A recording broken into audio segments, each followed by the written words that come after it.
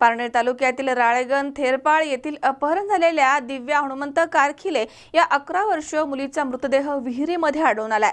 त्यामुळे मोठी खळबळ उडाली आहे। 4 दिवसांपूर्वी दिव्या शेतामधील घरामधून बेपत्ता झाली होती। दरम्यान 8 दिवसांपूर्वी 4 वर्षाच्या चिमुकलीवरती अत्याचार केल्याची घटना घडली होती आणि त्यानंतर आता दिव्याचा असा दुर्दैवी अंत झालाय। त्यामुळे सर्वत्रच मोठा संताप आणि हळहळ व्यक्त होतीये। पारनेर तालुक्यातील राळेगण थेरपाळ येथील अपहरण झालेल्या दिव्या हनुमंत कारखिले या मुलीचा मृतदेह विहिरीमध्ये आढळून आलाय।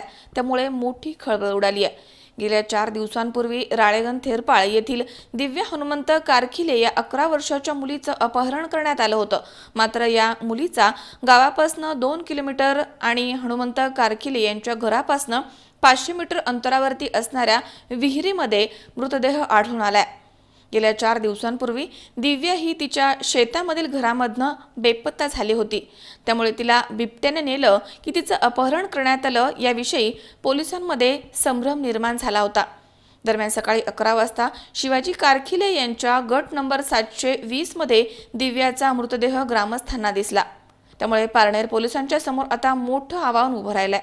गेल्या 8 दिवसांपूर्वी 4 वर्षाच्या चिमुरडीवरती अत्याचार केल्याची घटना 2 दिवसांपूर्वीच उघडकीस आली आहे आणि अपहरण झालेली दिव्या ही मृत अवस्थेमध्ये विहिरीमध्ये आढळून आली आहे। त्यामुळे गावकऱ्यांनी मोठी हळहळ व्यक्त केली आहे। 26 नोव्हेंबर रोजी सकाळी झालेल्या ग्रामसभेमध्ये या घटनांबद्दल गावकऱ्यांच्या भावना संतप्त होत्या। ग्रामसभा सुरू असतानाच दिव्याचा मृतदेह विहिरीमध्ये आहे ही दुर्दैवी माहिती एका ग्रामस्थानं दिली। गावकऱ्यांनी संताप व्यक्त करत या विहिरीकडे धाव घेतली। यावेळी पारनेरचे सहाय्यक पोलीस निरीक्षक प्रकाश पाटील या ठिकाणी पोलिसांच्या सहित आले। त्यांनी गर्दी पांगवली आणि ग्रामस्थांच्या साह्यानं मृतदेह विहिरीमधनं बाहेर काढलाय। या घटनांमुळे तालुक्यामध्ये आता मोठी खळबळ उडाली आहे। दरम्यान आता दिव्याच्या आरोपींना त्वरित अटक करण्यात यावी अशी मागणी ग्रामस्थांमधनं करण्यात येते।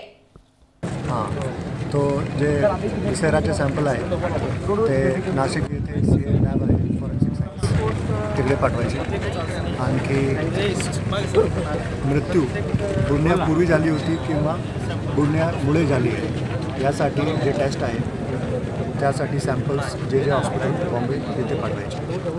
तर काही संशयित आहेत का आरोपी काही असे? आता सांगता येत नाही, पण शोध चालू आहे। आणखी लवकरात लवकर जे आरोपी ज्यांनी हा कृत्य केला आहे त्याला या भावाची मुलगी आहे, या सर्व गावाचीच मुलगी आहे।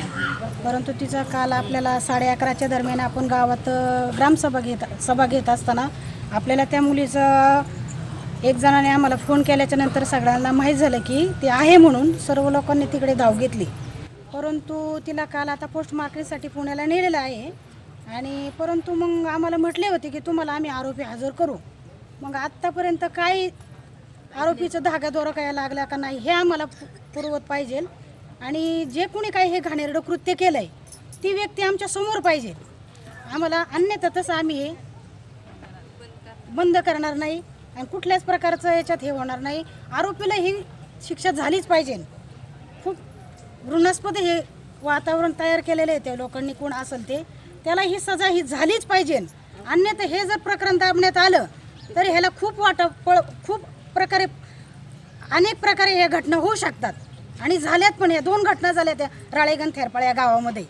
ह्या गोष्टी जर आपण दबून ठेवल्या तर याला हे भेटणार नाही, न्याय मिळणार नाही। त्यासाठी माझी एवढीच अपेक्षा आहे का शासनाने चांगल्या प्रकारे तरतूद करून चांगल्या प्रकारे जे लोकांना जे कोणी गुंड आहे ज्यांनी कोणी हे कृत्य केलंय त्यांना जास्तीत जास्त शिक्षा व्हावा आणि ताबडतोब तो आमच्या पुढे समोर हजर करावा। अन्यथा ते आम्ही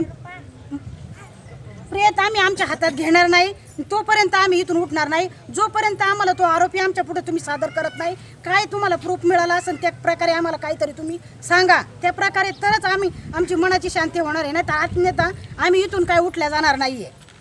थोडं तरी अनुभव आला पाहिजे, थोडाफार नाही पूर्ण हे कमीत कमी आम्हाला 50% तरी आम्हाला माहिती द्या की तुम्ही असं झालंय म्हणून आहे म्हणून तो असं केलंय। कमीत कमी आम्हाला तो आरोपी हजर करा आमच्या पुढे। आमच्या कानावर थोडी शंका तुम्हाला वाटली असे। विनोद गायकवाड, C24 तास, पारनेर। सबस्क्राईब करा आमच्या YouTube चॅनलवर आणि बेल आयकॉनवरती क्लिक करा सर्वात पहिले आपल्या परिसरातील बातम्या बघण्यासाठी।